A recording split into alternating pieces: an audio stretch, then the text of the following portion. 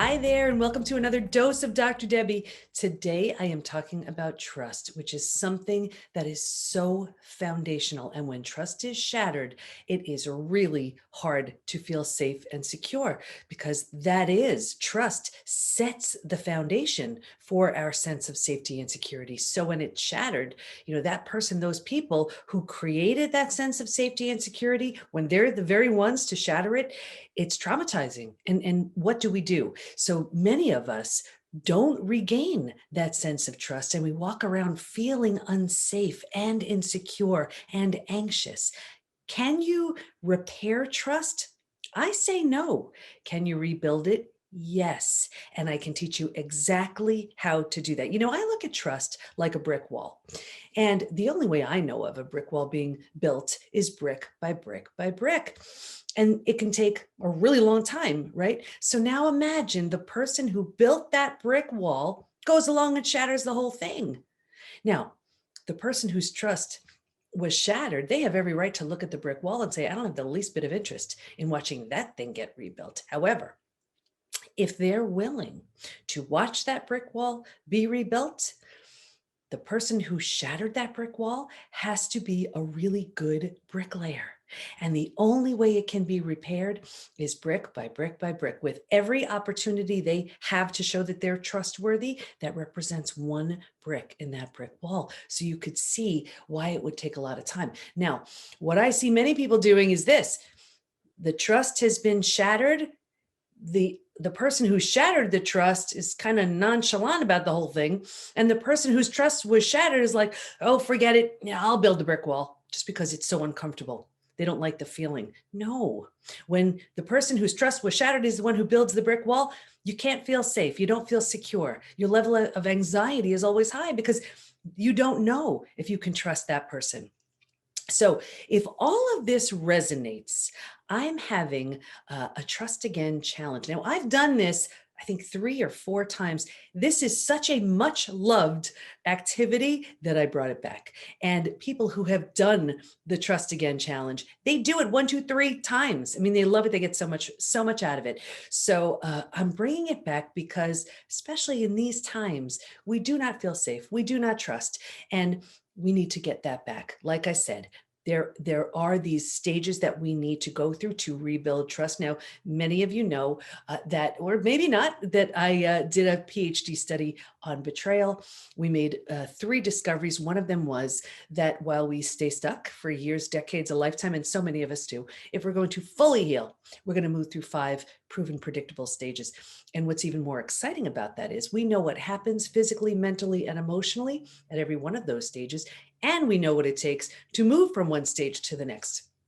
Why is that good? Because healing is predictable. Now, with the shattering of trust, we find ourselves stuck, so stuck in stage 3, the most common place to get stuck. Transformation doesn't even happen until stages 4, stage 5. But if you're having trust issues, you are holding yourself back from the transformation that you deserve. The hardest part has happened already. You've been through it. You owe it to yourself to move through the stages. So if you have any kind of trust issues, know that there's a really good chance you're deeply rooted in that stage 3. Now, the good news about that is we know what it takes to move to stage 4 and stage 5, which is exactly what I want to talk to you about so that you can do that. So, like I said, I'm hosting this Trust Again challenge, which is so loved. So I'm bringing it back. And it's 5 days. It's only about an hour and, I don't know, 15, give yourself an hour and a half. It's all recorded if you can't catch it live. But here's what's going to happen. Okay. Day 1, the who, what, when, where, and why trust got shattered in the first place. This is very surprising for a lot of people because they usually look at like the most recent experience with trust, but you may find through the activity that we'll be doing that it stems back so much further. And because of that, and because it was never healed, we keep recreating the same thing. The faces change, but it's a similar scenario. We'll dive into all of that and you will find out exactly where it started. Day 2, that's only day 1. Day 2, how do you know when it's safe and in your best interest to heal and rebuild with someone or just heal yourself and move on. I'm going to teach you something this is a shocker for a lot of people, because if you're one of those people, and I get it, I've been there, where you're trying so hard and you're explaining and it's so obvious to you, and the other person, like, you just want to walk around with a pad and pen, like, you said this, you did this, don't you remember? And you feel like a crazy person. You will have such clarity at the end of day 2, and you will know why you've been banging your head against the wall and getting nowhere.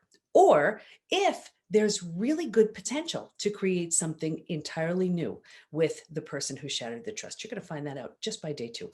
Day 3, safety checks, boundaries, and your BS meter. It will be so sharp and so strong. Now, I know that boundaries are really hard for a lot of people, and I'm going to teach you how to create them safely, carefully, correctly for you. Okay, day 4, I will teach you the 4-step trust rebuilding process. You will see, while other efforts to regain trust and repair trust have not worked because of these foundational aspects that were not in place. That's day 4. And day 5, oh, this is such a loved activity. It's a visioning activity where you will see the version of you who trusts, who feels safe, who feels secure, who knows when it's safe in your best interest and in your best interest to trust again, who trusts, most importantly, who trusts themselves, right? So you will see you at your physical, mental, emotional best, at your personal and professional best, the version of you who trusts yourself and knows who to trust. So these are just a few things people have said about the last Trust Again challenge. I did the Trust Again challenge before, and I was blown away by this. It's really powerful, Heather. I've been on this journey for a while, but this has opened up something very compelling for me. I got to the point where I didn't trust anyone. I've spent 60 years saying, I'm here, can you help me? I realized I couldn't trust myself. Being here is huge for me. This is so helpful. Juliana. I never realized my trust issues went back as far as they did. It's been an awakening for me. It's amazing. Thank you so much, Anne. So what do you do now? Well, you register for the Trust Again Challenge. So it's going to be September 13th through 17th. And even if you can't make it live, you can invest in the recording so you have it when you need it, but it works. You're going to want to be there live. And when you're on there live, you'll know why.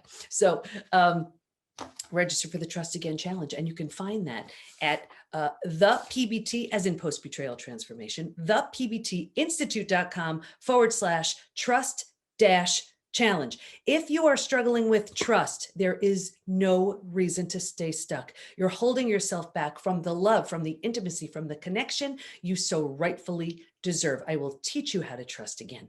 And you just need to show up. So again, thepbtinstitute.com/trust-challenge. Learn how to trust again, physically, mentally, emotionally, psychologically, spiritually. We're taking it all on within 5 days. If you do one thing, you want to make sure you register, because you will learn how to feel safe, how to trust, who to trust, and so much more. I'll see you there.